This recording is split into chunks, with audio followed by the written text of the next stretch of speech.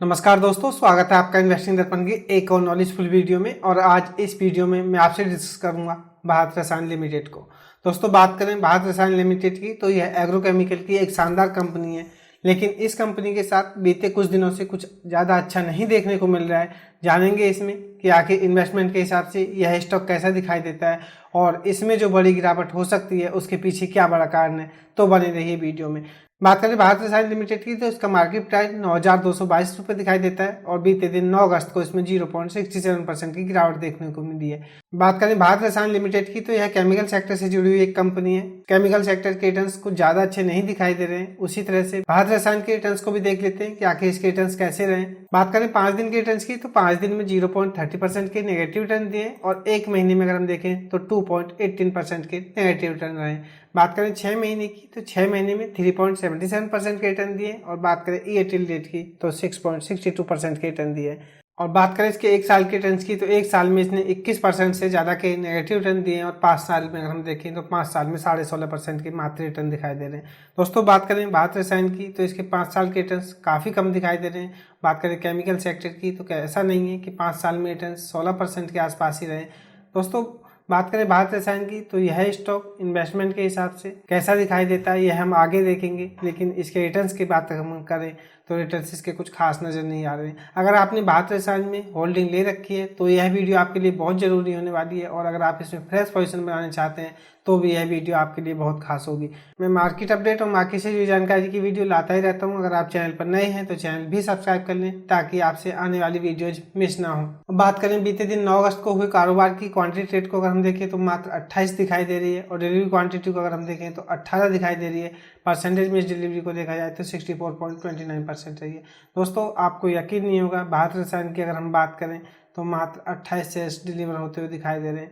तो दोस्तों इस स्टॉक के बारे में आपको पूरी तरह से पता चल गया होगा कि दोस्तों इस स्टॉक में कोई कारोबार खास होता हुआ नजर नहीं आ रहा है, तो यह जानकारी आपको पता होना चाहिए। बात करें एक रिटेल की तो एक रिटेल स्टॉक को सस्ता देख करके उस स्टॉक में इन्वेस्ट कर लेता है, लेकिन उसके सस्ते होने के पीछे की वजह नहीं जानता है और उसको बाद में पछताना पड़ता है। दोस्तों बात करें भारत रसायन की, अगर आप स्टॉक मार्केट में नए हैं और आपको इसके बारे में नहीं पता है तो मैं आपको इसके बारे में बताना चाहूँगा। बात करें इसकी मार्केट कैप की तो 3,827 करोड़ रुपये दिखाई देता है, एक स्मॉल कैप स्टॉक है। और बात करें इसकी करंट प्राइस की तो 9,204 रुपये दिखाई देता है। हाई और लो को देखें तो हाई 12,950 रुपये रहा है, लो इसका 8,280 रुपये दिखाई दे रहा है। स्टॉक के पी को अगर हम देखें तो 39.4 दिखाई देता है। इंडस्ट्री पी से अगर हम कंपेयर करें तो 27.4 दिखाई देता है। तो कहा जा सकता है भारत रसायन इस समय वैल्यूएशन के हिसाब से थोड़ा महंगा दिखाई दे रहा है। आरओसी को अगर हम देखें तो 20.30% दिखाई देती है और आरओई 16% है। फेस वैल्यू इस स्टॉक की 10 रुपये और मैं रिटर्न्स आपसे इसकी डिस्कस कर ही चुका हूँ। दोस्तों बात करें इसके रिटर्न्स की तो रिटर्न्स के मामले में कुछ अच्छा नहीं दिखाई दे रहा है। 3 साल में आप देखेंगे तो -2.82% की सीजीआर से नेगेटिव रिटर्न दिए और 5 साल में अगर आप देखें तो 3.06% के सीजीआर से रिटर्न दिए। दोस्तों एफडी में भी इससे अच्छे रिटर्न्स मिल जाते हैं, यह बात आपको पता होना चाहिए। और बात करें गिरवी रखे हुए शेयर्स की तो 0.64% की हिस्सेदारी को प्रमोटर्स ने गिरवी रख रखा है। बात करें भारत रसायन की तो एग्रोकेमिकल इंडस्ट्री से जुड़ी हुई कंपनी है। तो अगर बात करें भारत रसायन लिमिटेड की, अगर हम इसका ओवरव्यू लें तो आरओई शानदार दिखाई देती है। वैल्यूएशन के हिसाब से यह स्टॉक महंगा है। और बात करें इसके रिटर्न्स की तो रिटर्न्स के मामले में यह स्टॉक बिल्कुल बेकार दिखाई देता है। और अब भारत रसायन को चार्ट पर भी देख लेते हैं कि आखिर चार्ट पर कैसा दिखाई दे रहा है। इसको टेक्निकली देखना भी बहुत जरूरी है जिससे कि हमें पता चल सकेगा कि यह चार्ट पर कैसा नजर आ रहा है। बात करें दोस्तों इसके करंट मार्केट प्राइस की तो वह 9,203 रुपये दिखाई दे रहा है। और अगर इसके कुछ मूविंग एवरेज को अगर हम देखें तो 5 दिन का मूविंग एवरेज 9,230 रुपये रहा है, 9 दिन का मूविंग एवरेज 9,206 रुपये रहा है और बात करें 13 दिन के मूविंग एवरेज की तो 9,204 रुपये दिखाई दे रहा है। 21 दिन के ईएमए को अगर हम देखें तो 9,240 रुपये दिखाई देता है और 50 दिन का ईएमए 9,397 रुपये रहा है और 100 डे का ईएमए 9,522 रुपये रहा है और 200 डे का ईएमए 9,840 रुपये दिखाई दे रहा है।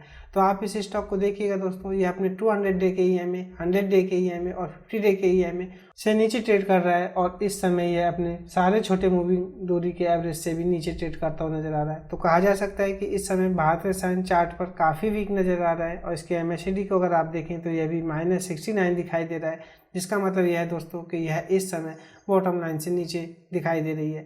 और अगर आप इसको देखें तो यह सिग्नल लाइन से ऊपर दिखाई दे रही है, लेकिन दोस्तों यह अभी भी बॉटम लाइन से नीचे है। तो कहा जा सकता है इसकी MACD लाइन भी वीकनेस का इंडिकेट कर रही है। और बात करें RSI की तो 46 दिखाई दे रही है, जो कि 50 से नीचे है और ये नीचे की तरफ का इशारा कर रही है। ओवरऑल बात करें भारत रसायन की तो हमने इसके रिटर्न्स को देखा, रिटर्न्स इसके बिल्कुल बेकार रहे। और दोस्तों फंडामेंटली भी हमने इसको थोड़ा सा देखा था। दोस्तों बात करें इसकी वैल्यूएशन की तो काफ़ी महंगा दिखाई दे रहा है। इसकी ROC और दोस्तों ROE ठीक दिखाई दे रही है, लेकिन दोस्तों बात करें इसकी तो यह स्टॉक चार्ट पर भी काफ़ी वीक नज़र आ रहा है। तो कहा जा सकता है कि यह स्टॉक इन्वेस्टमेंट के हिसाब से मुझे कोई खास नज़र नहीं आता है। दोस्तों स्टॉक मार्केट में इससे अच्छे शेयर्स अवेलेबल है, आप उन स्टॉक्स में इन्वेस्ट कर सकते हैं जो आपको इससे अच्छे रिटर्न दे सकते हैं। तो मैं चाहूँगा दोस्तों अगर आपने इसमें होल्डिंग ले रखी है, अगर आपको कोई ज़्यादा बड़ा लॉस नहीं हो रहा है तो आप इस स्टॉक से एग्जिट कर दें और इससे अच्छे स्टॉक मार्केट में अवेलेबल है, आप उन स्टॉक्स में इन्वेस्ट कर सकते हैं। और अगर आप सोच रहे हैं फ्रेश पोजीशन बनाने के लिए तो मैं चाहूँगा दोस्तों आप इस स्टॉक को अवॉइड ही करें, क्योंकि यह स्टॉक रिटर्न्स के मामले में कोई ज़्यादा अच्छा नहीं रहा है।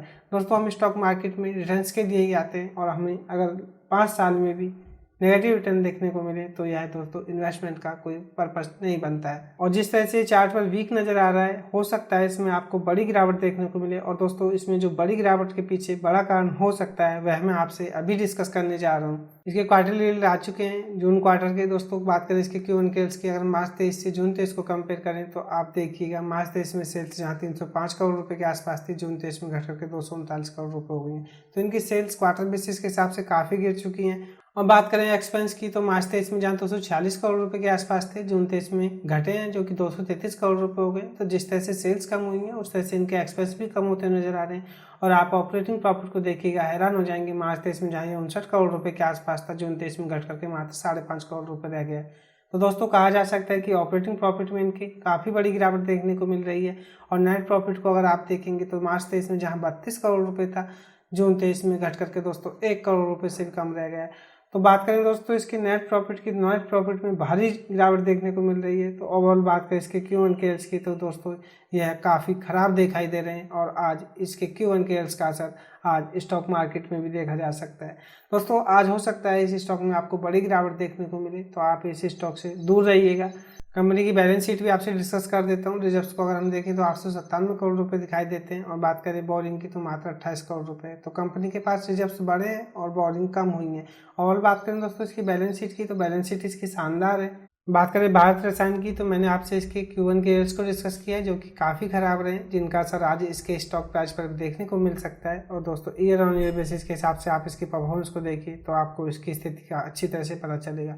सेल्स में अगर आप देखें तो 27% की गिरावट देखने को मिल रही है। EBIDT में 89% की गिरावट है। नेट प्रॉफिट 98% तक लुढ़क चुके हैं और EPS में आप देखिएगा 98% की गिरावट है। बात करें इसके Q1Q की तो Q1Q तो इसके बहुत खराब रहे हैं, लेकिन दोस्तों बात करें ईयर ऑन ईयर बेसिस के हिसाब से तो इसकी परफॉर्मेंस और भी ज़्यादा खराब होती हुई नजर आ रही है। और बात करें भारत रसायन की तो दोस्तों इसकी ईयर ऑन ईयर बेसिस की परफॉर्मेंस की वजह से आज इस स्टॉक में आपको बड़ी गिरावट देखने को मिल सकती है। तो बात करें भारत रसायन की तो यह स्टॉक इन्वेस्टमेंट के हिसाब से मुझे कोई खास नज़र नहीं आ रहा है। जिस तरह से इसके रिटर्न्स रहे हैं वह बिल्कुल बेकार दिखाई दे रहे हैं। और दोस्तों बात करें इसके रिजल्ट्स की तो क्वार्टर बेसिस के हिसाब से भी और दोस्तों इसके results year on year basis के हिसाब से भी बिल्कुल बेकार दिखाई दे रहे हैं। तो दोस्तों इस स्टॉक में इन्वेस्टमेंट का कोई मतलब नहीं बनता है, तो आप इस स्टॉक से दूर रहें।